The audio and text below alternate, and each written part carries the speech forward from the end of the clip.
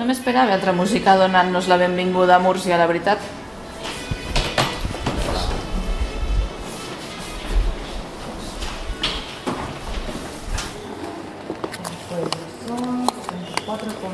Ay, con tarjeta, perdón. Es la 406 en la cuarta planta y el desayuno mañana es de 7:30. Gracias. Ai. Piso 4. Jo me vull dutxar i rentar el cabell per estar demà apanyada.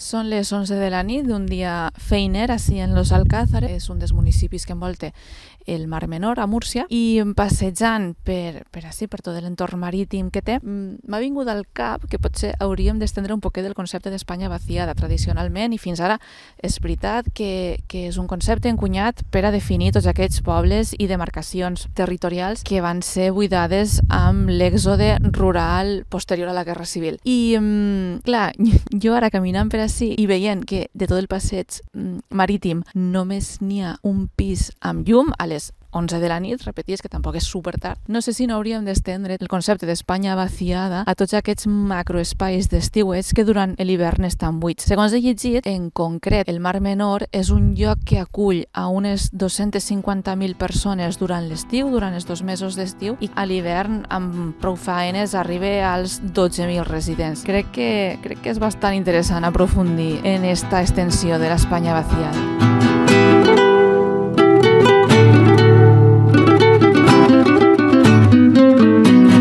Que viva España, amb Ben Mazafón.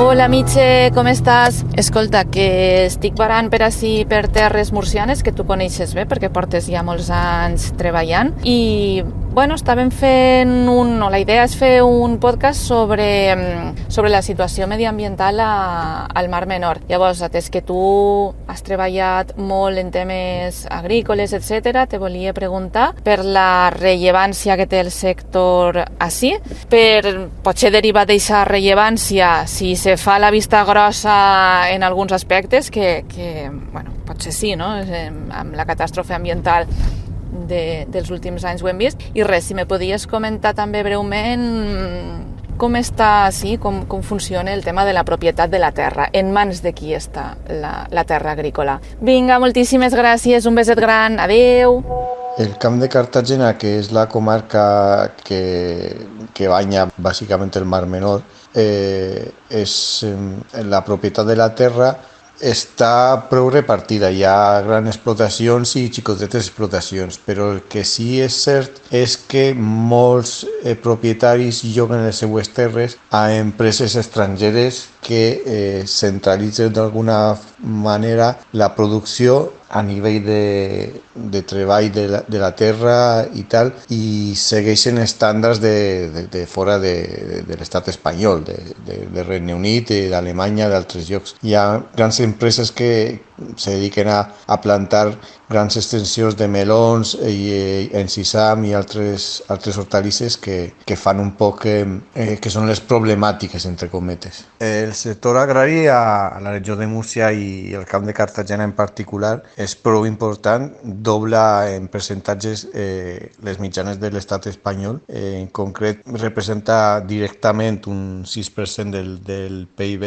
regional, i el que més important, dona treball a vora el 12% de la població ocupada de normal, i per tant és un sector molt, molt important. La problemàtica del Mar Menor comença amb la intensificació de la zona, que és quan arriba el trasbassament als anys 80. Ahí és quan comencen tots els problemes, i més que fer la vista grossa, el que s'ha permès són expandir molt els cultius de regadiu. Hi ha fins i tot superfície que és il·legal. No ha parat de créixer la quantitat de regadius, i també se produeixen cultius que utilitzen molts abons nitrogenats que acaben en les aigües residuals i subterrànies i acaben en la llacuna, que és el problema principal, que és el que ha fet el procés d'eutrofització de la llacuna.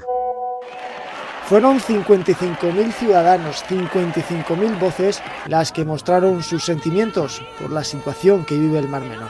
Hasta aquí hemos llegado, ya no más. Porque es una vergüenza lo que está pasando en el Mar Menor. Eran muchas las pancartas, muchos los lemas, muchos los cánticos que recorrieron el corazón de Cartagena. Pero todos protestaban por una única cosa: conquistar un nuevo futuro, una segunda oportunidad para un entorno que está en los recuerdos de todos los participantes.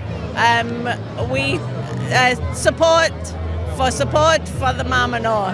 Yo los culpables los tengo muy claros en la administración pública, tanto local como regional y estatal, los políticos, sin duda ninguna. No hay más remedio que meter a los políticos en vereda. Porque se mueren los peces y también esto nos afecta a nosotras. 55.000 deseos y peticiones que se pueden resumir en una pequeña frase: salvar el Mar Menor. Un primer paso que los manifestantes esperan sea el inicio de muchos más.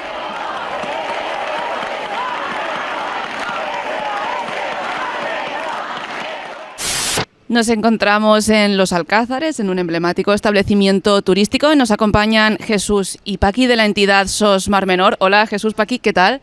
Hola, buenos días, pues muy bien, aquí intentando trasladaros la problemática que tenemos del Mar Menor, por la que estamos luchando desde hace algunos años y por la que tendremos que seguir luchando probablemente. Encantados de recibiros. Hola Jesús. Hola, pues lo mismo, disfrutando del solecito y disfrutando de este ambiente tan primaveral que se vive por esta zona del sur. Comentábamos, y era un poco para remontarnos, que las modificaciones que ha atravesado este ecosistema a lo largo de la historia han sido unas cuantas. Nos gustaría contextualizarlas, aunque sí que es verdad que la última es la que quizá pues ahora más ha incidido en el deterioro de todo este entorno. Jesús, explícanos un poco la evolución del Mar Menor en los últimos siglos, de hecho. Sí, bueno, incluso milenios podríamos decir, porque esto se remonta obviamente a las primeras civilizaciones que llegaron a la zona, ¿no?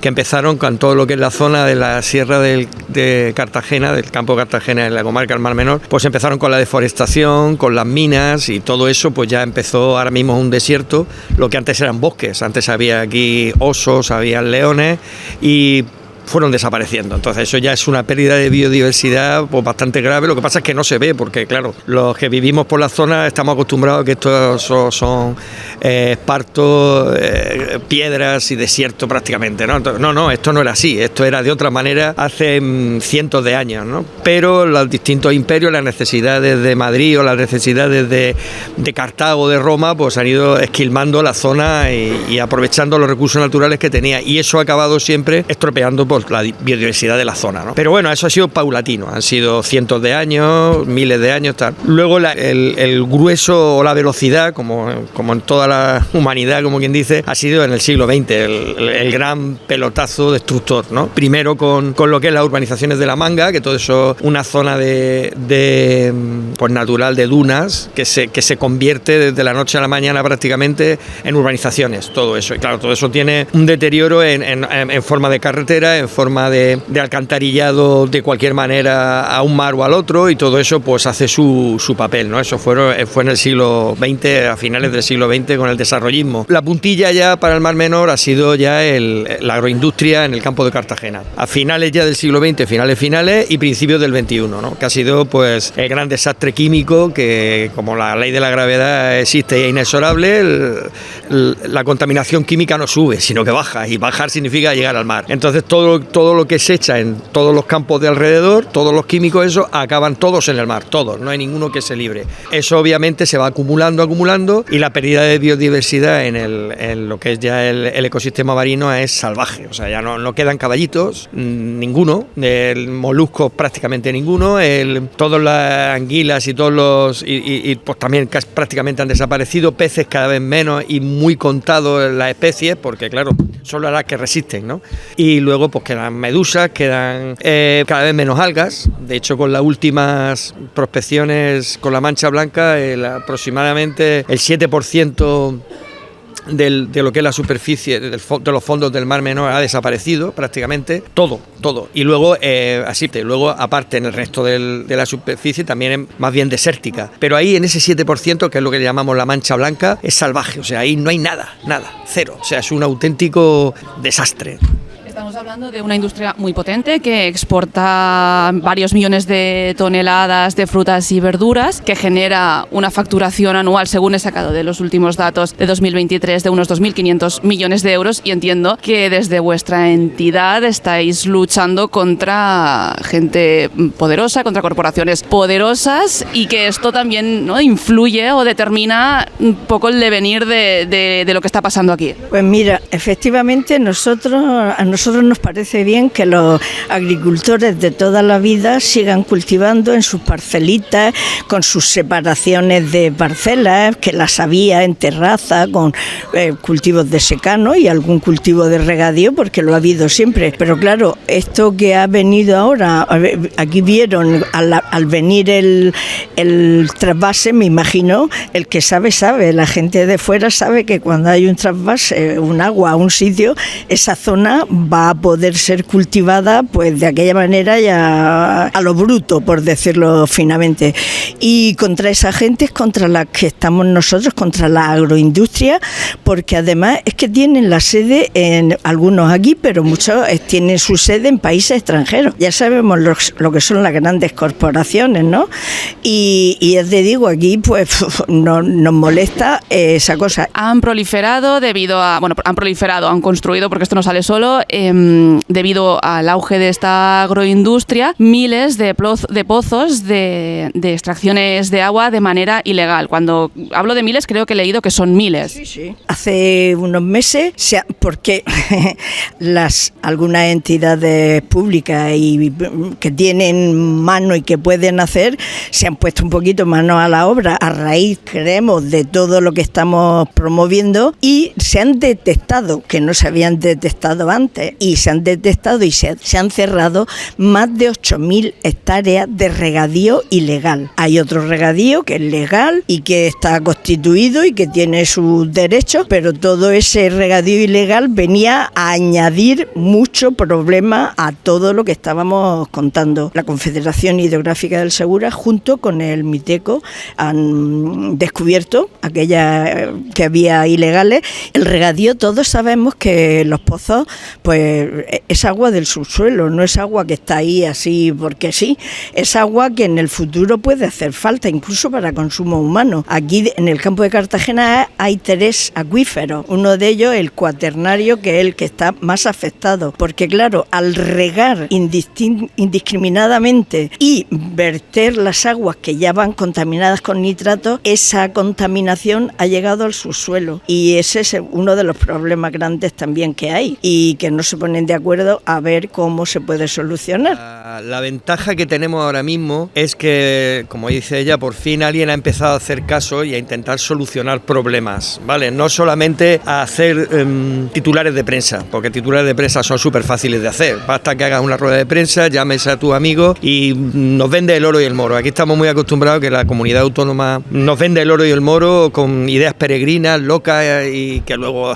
3 meses después desaparecen, ¿no? Entonces, medios de control, medios de estudio, más estudios y más estudios, nadie hace nada. Hasta que menos mal, el Miteco se decidió, como dice Paqui, a decir, no, si hay 8.000, 9.000 hectáreas ilegales, esas no se pueden cultivar, es que es lo mínimo es que algo que es ilegal, porque es una zona donde no se puede cultivar, no se cultive, es lo mínimo que se puede pedir, claro. Eso son muchas toneladas de nitrato y de químicos menos que entran al mar, con lo cual para nosotros es la gran noticia del año pasado, 2023, ¿no? Que se acabó con esas 9.000 hectáreas de químicos entrando al mar continuamente, porque esto es continuo, mientras nosotros estamos hablando, sigue entrando los químicos al mar, o sea, no se paran porque hablemos ahora o porque en la Asamblea Regional o porque en Madrid hagan una ley, no, eso sigue y sigue un día, otro día, toneladas y toneladas que siguen entrando por mucha buena voluntad y que digamos, no, lo vamos a solucionar. Hemos hecho una manifestación con 70.000 personas, da igual, los químicos siguen entrando un minuto después de la manifestación, o sea, esos no paran, nunca, es la industria, eso no para. Entonces, que paren esos 8.000 hectáreas ilegales, que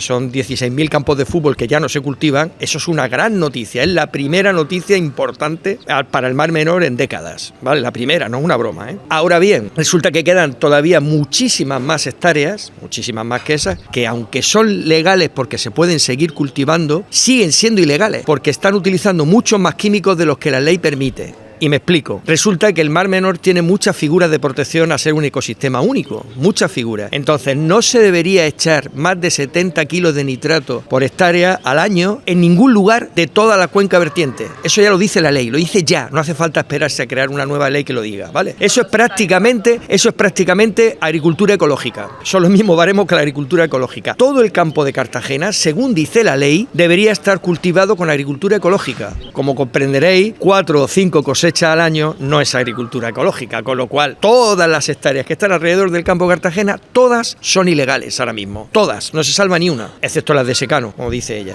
¿Qué ocurre? Ahora, eso hay que perseguirlo. O sea, es verdad, la gente está contaminando, está echando más de lo permitido por la ley. Eso habría que perseguirlo, comprobarlo, que es súper fácil hacer una cristalografía en cualquiera de las lechugas que sale, te das cuenta que ahí se ha echado más nitrato de lo que está permitido. Y multa, así de simple, para eso está la ley. Si te pasas, multa por pasarte. No te puedes pasar el número de químicos. Obviamente, quien tiene que hacer eso, ese seguimiento y esa persecución del infractor, no lo hace. ¿Por qué no lo hace? Es obvio. ¿Por qué no lo hace? Por los millones que tú dices que se mueven y por los intereses creados, por la mafia. Básicamente es mafia, porque si no, no tiene otro nombre. Unas personas que tienen que estar persiguiendo un delito y no lo persiguen, quiere decir que está haciendo dejación de funciones, prevaricación o como quieras llamarlo. Yo no soy el jurista ni nada, pero está claro que eso no puede ser, o no debería poder ser, ¿vale? Pero él es lo que es. Entonces, lo que nosotros, obviamente, de los movimientos ciudadanos te decían, no, si lo único que pedimos, de hecho, en nuestras manifestaciones, la pancarta que más sacamos es cumplan la ley de una puñetera vez. Si no queremos una revolución, cambiar el capitalismo, queremos que se cumpla la ley. También podríamos querer cambiar el capitalismo, pero bueno, esto nos queda grande pero ahora.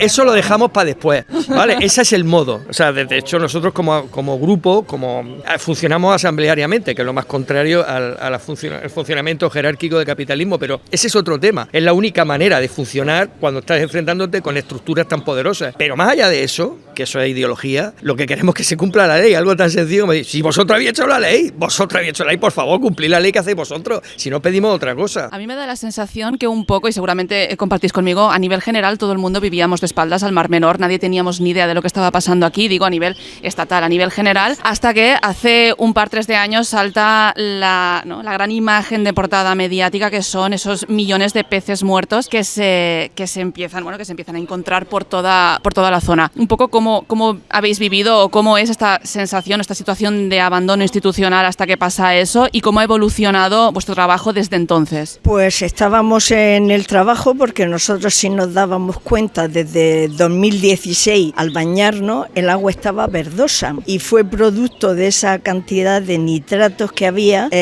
porque dieron lugar a una eutrofización. Las algas verdes minúsculas proliferaron y el agua estaba verde, la cogías con las manos y un agua que era cristalina absolutamente se veía verde. Hubo gente que fue al ayuntamiento, que yo lo sé, pero no se hizo nada y aquí nos fuimos dando cuenta. Hubo un grupo de personas que pertenecían, por cierto, algunos a Greenpeace en La Manga y empezaron, que se llaman Pacto por el Mar Menor. Y luego aquí, que la gente que venía, que había venido con sus padres, con sus abuelos, habían venido con camiones, que antes se venía a veranear así, con camiones y con lonas ponían sombra. Esa gente que venía, me estoy erizando de recordarlo, esa gente que venía a bañarse desde pequeños, que se bañaban en lo que podían, que se pasaban el día en el agua chapoteando, esa gente de momento también se dio cuenta, nos dimos cuenta de decir, ¿esto qué es? ¿Esto que está pasando qué es? Y entonces pues empezó un poco a manifestarnos, a hacer banderitas, a hacer los caballitos y a intentar llamar la atención sobre el problema. El problema aquí sí lo habíamos visto, no sabíamos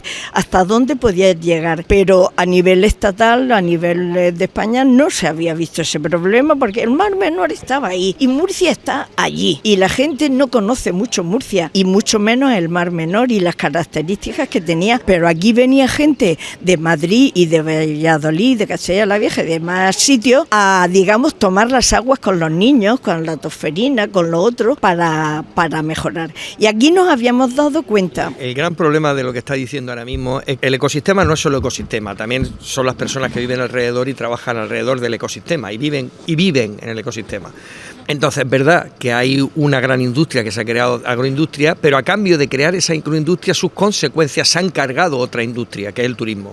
¿Por qué no hay contrapeso entre una industria y la otra? Pues porque la agroindustria son, como decía un amigo mío, los dueños de la agroindustria caben en una furgoneta, 8 o 10 personas. Sin embargo, los dueños del turismo es una miríada de muchos pequeños propietarios. Ponerse de acuerdo las personas que caben en una furgoneta es súper fácil. Y entonces tienen mucha agilidad de toma de decisiones. Dónde ponen el dinero, dónde hacen sus campañas de marketing con sus fundaciones y con sus cosas, y rápidamente van actuando frente a la realidad diaria, ¿vale? Tienen mucho mano en los medios de comunicación, en donde se necesita poner dinero, y rápidamente toman decisiones. La gran cantidad de pequeños propietarios, que son los que fundamentan la industria turística, no hay manera de ponerse de acuerdo. No hay manera porque son muchos y porque la patronal de la industria turística, sabiendo esas condiciones, no empuja en la dirección de sus teóricamente representados, sino que más bien se calla porque sabe que los otros tienen mucho dinero y son muy pocos, ¿entiendes? ¿Qué ocurre? Que está desnivelada la balanza, no hay una industria que haga contrapeso a la industria agroalimentaria, no la hay. Entonces, al no haber una industria con dinero, que es lo que significa industria, que haga contrapeso, la que gana aplastantemente la industria agroalimentaria. Toman decisiones rápidas y además con mucha eficacia. El único contrapeso que ahora mismo puede estar haciendo a la industria agroalimentaria es los movimientos ciudadanos, o sea, los ecologistas, los vecinos, gente que dice, mira, si es que ya no es que yo pierda dinero que lo estoy perdiendo, ¿vale? No es solo eso, es que es mi mar, es que es mi identidad, o sea, yo no me puedo bañar en ese mar. Mis hijos, de hecho a mí me ocurre personalmente, o sea, mis hijos no se quieren bañar aquí y tenemos la casa aquí al lado. ¿Por qué? Porque dicen, eso es una mierda. Bueno, no es una mierda, pero no está como estaba. Por ejemplo, en los movimientos alrededor del Mar Menor ecologistas somos todos mayores. La media, los que menos edad tienen 30 años. O sea, los que han vivido el mar en sus condiciones están cabreados. Pues dice, pero ¿por qué demonios tengo yo que he nadado entre caballitos, yo que he cogido zorros, yo que me he comido chiles, yo que he vivido un ecosistema donde aprendí a bucear? ¿Por qué ahora yo tengo que vivir, por qué mis hijos tienen que vivir en esta mierda y tenemos que irnos 40 kilómetros a bañarnos al Mar Mayor? Porque aquí no se puede uno bañar. ¿Por qué? Yo no he dejado de bañarme ningún año. Voy buscando, efectivamente, lo que no me puedo es meter donde me había metido tradicionalmente y donde me había metido 5 años después, porque se han ido estropeando. Ahora, hay fango, las algas mueren, las grandes, las pequeñas, las micro, las otras y todas, y producen fango con materia orgánica, con la arena, pues ya se sabe. A mí es que ahora en algunos sitios me recuerda a una laguna, no a una laguna costera, a una laguna marítima como es, sino algunas veces a una laguna. Yo me he bañado en las lagunas de Ruidera y la orilla, pues ahora se parecen un poco. Ahora, tú te coges un barquito o te coges y te vas un poquito dentro y te bañas, y ahora, gracias a Dios, el agua no está verde. Probablemente por esas miles de hectáreas que se han quitado, y entonces estamos consiguiendo que por lo menos el problema se vea. Yo tengo envidia ahora del acuerdo al que han llegado en Doñana, porque allí, mira, también hay gente que dice han premiado a los infractores. Es cierto, los han premiado, pero bueno, como en otros sitios. Pero que han conseguido que no amplíen las zonas de regadío, que no amplíen las hectáreas de regadío. Aquí lo que tendría que propiciarse es la reutilización de estas aguas, de nidificarlas y ver cómo se puede seguir un poquito con la agricultura. A mí no me gustaría que siguieran las grandes multinacionales, mira que te digo, que se vayan a otro lado, esas grandes industrias que además tienen sus grupos de decisión muchas fuera y que sacan 3, 4 cosechas al año. ¿A base de qué? A base de echar ahí nitratos, sacan lo que quieras, pero aquí, claro, están usando la tierra. Y a nosotros nos gustaría que hubiera una agricultura, por un lado, que dara algo de secano, que es lo que había, y por otro lado, una agricultura sostenible, que siga viviendo alguna gente y que permita recuperar lo que hemos perdido mucho. Yo quería preguntaros, porque aquí hemos hablado y hay cruce de intereses económicos, muchísimos intereses económicos, y además estáis en un territorio pequeño, que os conoceréis todos, en el que no sé si en algún momento, ¿no?, se os ha echado en cara que estáis yendo contra un sector que genera muchos puestos de empleo, etcétera. ¿Cómo vivís la lucha vecinal desde esta perspectiva? Pues, a ver, es complicado porque hay que escuchar a todo el mundo y como siempre estamos en crisis económica y siempre hay gente pobre, pues siempre va a haber quejas de que tu lucha ecologista pues es una lucha, como quien dice, de primer mundo, de ricos y tal, y que claro, los pobres se mueren de hambre por tu culpa. Y dices, hombre, vamos a ver, ahora mismo existe una industria de agricultura ecológica, existe, o sea, no es una fantasía utópica de que en el futuro se fomente, sino que existe ya. Entonces, existe por otro lado, si ojo, es otro factor, es la PAC, la agricultura está subvencionada, o sea, la agricultura convencional está súper subvencionada, básicamente. No para los pequeños agricultores, eso nunca, pero para los grandes agricultores prácticamente ganan más con la PAC que con lo que producen. Pues lo único que pedimos es que la PAC, todo ese dinero se vuelque a la agricultura ecológica. Esto es, que si quieres hacer agricultura en la zona esta que es tan sensible, que esa agricultura sea ecológica. O sea, si se puede, o sea, si no es una locura, existe una industria. Es más, cuanta más agricultura ecológica se produjera, más bajarían los precios y en un círculo virtuoso más gente consumiría. ¿Cómo os ha tratado la prensa en todo este tiempo? Bueno, pues mira, la prensa hemos tenido bastante apoyo en algunos momentos, de cada vez que hacíamos manifestaciones o celebrábamos una fiesta o hacíamos algo en concreto, hemos tenido bastante apoyo. Ahora, luego está el contraapoyo, que era el que yo tenía en la cabeza ahora. Aquí resulta que las grandes compañías estas de agricultores se han unido, han visto problemas y se han unido, tontos no son. Tienen equipo jurídico y hay una fundación que se llama Fundación Ingenio, pero qué casualidad que es donde están todas las grandes corporaciones estas agrícolas. Y bueno, pues lo que hacen últimamente,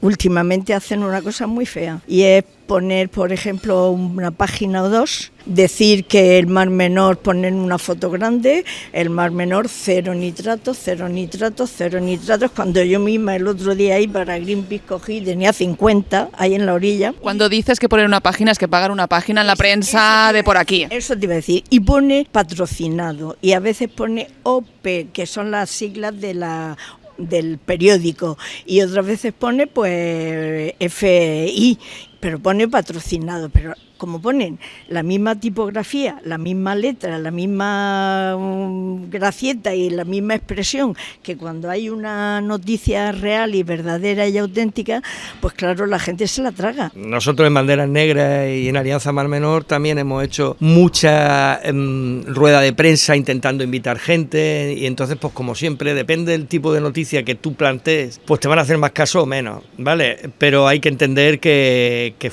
funcionan por sus propias necesidades, es su propia industria. No nos vamos a poner exquisitos porque sabemos cómo funciona el mundo, ¿no? Y no puedes pedirle peralor, que es lo que te decía antes de que los cuatro jefes o quienes toman las decisiones en la agroindustria se juntan en una furgoneta, ¿no? Claro, así como la política en España se gesta en el palco del Bernabéu, aquí en Cartagena deberéis tener también en la furgoneta. En la furgoneta. Aquí no es el palco, aquí es una furgoneta de campo, ¿vale? En una Nissan blanca de lujo, eso sí, pero una Nissan blanca en el campo de Cartagena se hace la política de la región de Murcia, más sin duda. Por eso nosotros como movimientos tuvimos que irnos a Madrid, o sea, y por eso intentamos conseguir y conseguimos la ILP en Madrid, e intentamos salir de aquí, de este rincón mafioso regional, porque aquí está el pescado más que vendido, entonces te tienes que ir a Madrid a pedir ayuda, y si no hubiera sido Madrid, que menos mal que ha sido, afortunadamente ha sido, no hubiéramos tenido que ir a Europa, y si no, pues yo qué sé, ¿qué vamos a hacer? Pues sobrevivir como pueda y decir, pues bueno, esto es lo que tenemos, no tenemos mucho más. Ya por último, hemos citado unas cuantas instituciones, confederación, ministerio, región. A nivel de reparto de responsabilidades, ¿cómo quedaría aquí el tema? Hombre, vamos a ver, aquí ha habido instituciones francamente a favor del ecosistema, por ejemplo el Ayuntamiento de Los Alcázares. nos apoyó 100% para recoger las firmas, está haciendo una doble distribución de aguas fecales, o sea, está el Ayuntamiento de los Alcázares está, si es que es normal, si es que los Alcázares vivimos del Mar Menor, sin embargo hay otros ayuntamientos pues que aunque también son limítrofes con el Mar Menor, pues miran para otro lado. El Ministerio del Miteco, joder, 100%, tío, 9.000 hectáreas menos de que nadie se había atrevido a hacer eso, y lo ha podido, y el mismo Ministerio podía haberlo hecho hace mucho tiempo. Bueno, supongo que habrá sido por presión nuestra, por simpatía, por vete a saber tú qué, ¿vale? Porque ha visto 500.000 firmas, que son 500.000 votos, ¿vale? O lo que sea, pero han sido permeables a esa influencia por encima de la otra presión, porque como recordemos, sí, la furgoneta sigue estando, ¿vale? La furgoneta de los propietarios sigue estando ahí presionando con sus millones. Obviamente, la gran responsabilidad del asunto es quien mira para otro lado. Claro, hay una ley que prohíbe el exceso de contaminantes en la agricultura y eso hay que controlarlo. Si nadie lo controla, el contaminante sigue llegando. Entonces, ¿quién no está controlando eso y quién, según la ley, debería hacerlo? La comunidad autónoma de la región de Murcia. Así de claro. Además lo dice literalmente la ley. Los vertidos de nitrato y todos los químicos los controla la comunidad de Murcia. Si la comunidad de Murcia no lo controla, los vertidos siguen llegando. Bueno, yo personalmente no he estado muy metido siempre a apoyar el movimiento ecologista y tal, pero hasta que no salieron los peces, no murieron los millones de peces, yo dije, ya se acabó, ya me quedo de estar pasivo, ¿no? O sea, paso y me meto a esto porque es que se están cargando mi mar, así literalmente, es que no me voy a poder yo bañar en mi mar, no me jodas. ¿Qué se te ponen los pelos de punta de ver esa situación dantesca? Cuando nos preguntan a la gente del movimiento y tal, ¿de dónde sacáis la fuerza? Porque nosotros llevamos luchando estos años y además no es fácil, ¿eh? Nosotros tenemos una asamblea abierta todos los martes y si entras en la página sonmarmenor.org verás una cantidad de actos espectacular. Al mes 2 o 3 cosas y eso todo hay que prepararlo y no tenemos dinero y bueno, nos buscamos la vida como podamos. Y metemos mucha fuerza, muchas horas, mucha energía, te lo puede decir Paqui, te lo puede decir todo el mundo. ¿De dónde sacamos la fuerza? De ahí, del recuerdo de ver bichos muriéndose y no poder ayudarle. Y esa rabia, yo cada vez que lo recuerdo me pasa lo mismo que a ella. O sea, la rabia que me dio, dijo, no, esta rabia la convierto yo en algo. O sea, yo no tengo que pagar a un psicólogo y no tengo ganas de andar pagando a un psicólogo para quitarme esto. Pero ponerme yo a trabajar políticamente, organizando a las personas y haciendo manifestaciones, recogiendo firmas una a una y cada vez te dices, joder, ¿dónde sacas la fuerza? ¿Que dónde la saco, coño? ¿No te acuerdas de los peces? Hostia, sí, qué mal rollo. No, qué mal rollo no. Ahí está la fuerza. Ahí está la fuerza. O sea, la fuerza está en la rabia esa. O sea, no puede ser que se mueran esos peces ahí gratuitamente. Jesús, Paqui, muchísimas gracias por habernos dedicado este rato, por habernos explicado y por vuestra lucha. Seguiremos siguiendo, a ver en qué deriva todo esto. Pues muchas gracias a vosotros por interesaros por este problema que tenemos aquí, que es pequeño desde lejos y muy grande desde cerca. Y yo diría que si abriéramos todos los ojos sería muy grande para todos, porque yo, por ejemplo, Doñana lo considero mío y el Delta del Ebro pues también, y la Albufera de Valencia también, y las lagunas de Ruidera también. Entonces sería bueno que todos nos responsabilizáramos y apoyáramos estas causas porque en ello nos va el futuro. Que todos tenemos el mismo problema, que las aguas se comunican en todos los lugares, o sea que todas las aguas son la misma agua y que todos los mares son el mismo mar, que el problema que nosotros tenemos aquí solo es por casualidad que yo vivo aquí, pero tendría el mismo problema si estuviera en otro sitio porque la depredación humana es exactamente la misma en todos los sitios y tenemos que organizarnos de alguna manera para visualizar, oye, que esto nos afecta a todos. Pues muchas gracias y mucha suerte. Jaume Portell, com estàs?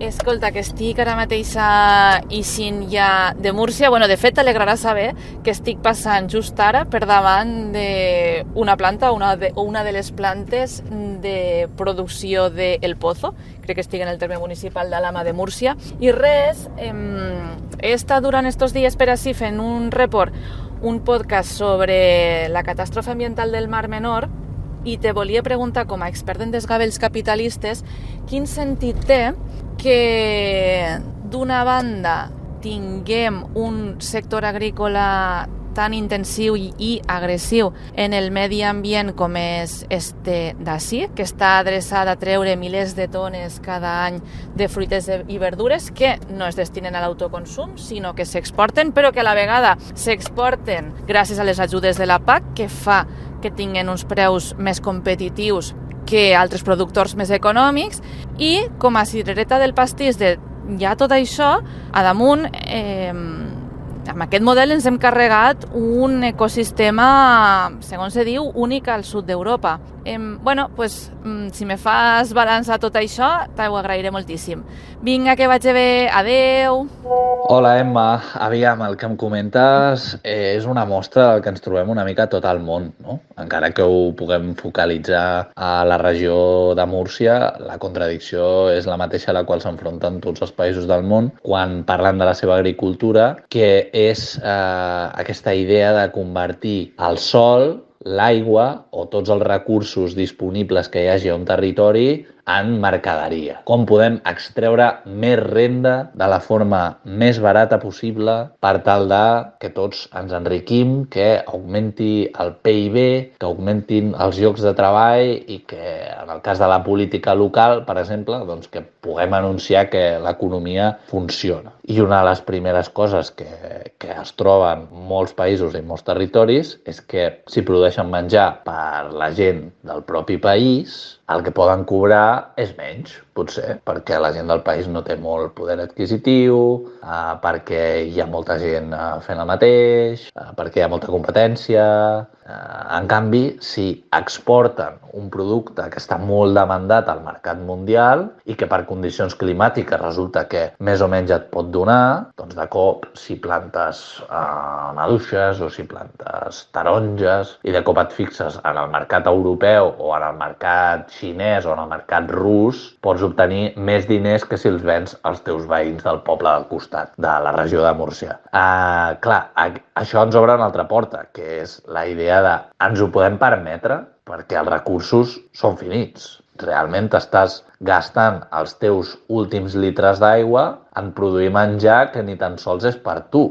I aquí és on ha d'entrar també i s'ha de posar sobre la taula la qüestió dels subsidis i la qüestió de la PAC, que durant molts anys, i naixent amb un propòsit noble, que és dir, hem d'ajudar els pagesos per tal d'assegurar l'estabilitat política d'Europa, perquè volem que hi hagi molta producció agrícola, d'una banda, i que, a la vegada, aquests productes que es venen siguin barats. Aconseguim fer una mena de quadratura del cercle, que és que els pagesos volen guanyar diners, però la gent que consumeix productes agrícoles doncs no vol deixar-se un ull de la cara. I la manera d'arreglar això és un subsidi. A vegades faig la broma de que darrere un subsidi sempre hi ha una relació de propietat o un problema complex que no s'ha volgut resoldre. Però tu poses un subsidi i més o menys ho pots arreglar durant una bona temporada. Però clar, en aquest cas concret que em comentes, resulta que el subsidi ha servit per empantar un tipus de producció que no era sostenible des d'un punt de vista medioambiental, però que disfressada darrere d'aquest subsidi ha pogut continuar com si res fins que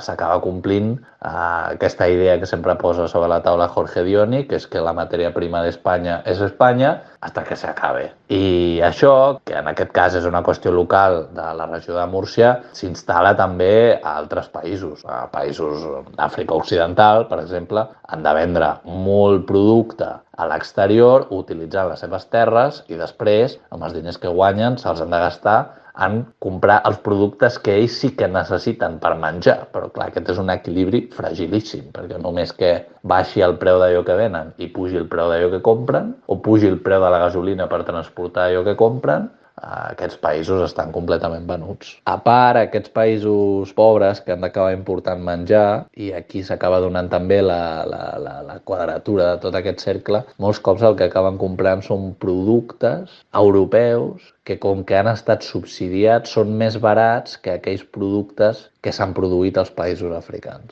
L'exemple més evident i més flagrant és el de la llet en pols, que té una gran presència a l'Àfrica Occidental i que en molts casos ve d'Alemanya, ve dels Països Baixos, ve de França, ve d'Irlanda, ve de tot arreu, perquè les vaques europees han comptat amb uns subsidis que són molt superiors a les ajudes que puguin rebre els ramaders de Gàmbia o de Senegal o de Burkina Faso o de Mali.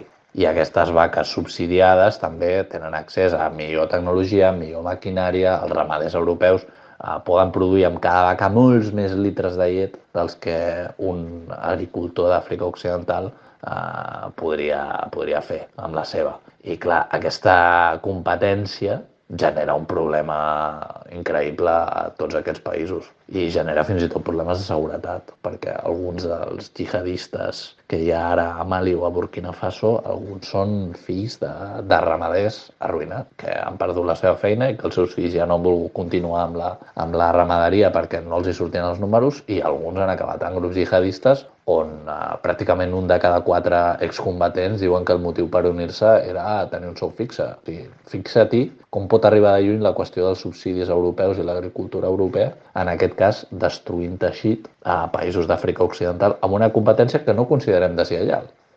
Això també és molt divertit, perquè la competència deslleial a Europa sempre es considera que és quan altres països venen productes més barats a Europa. Això és competència deslleial.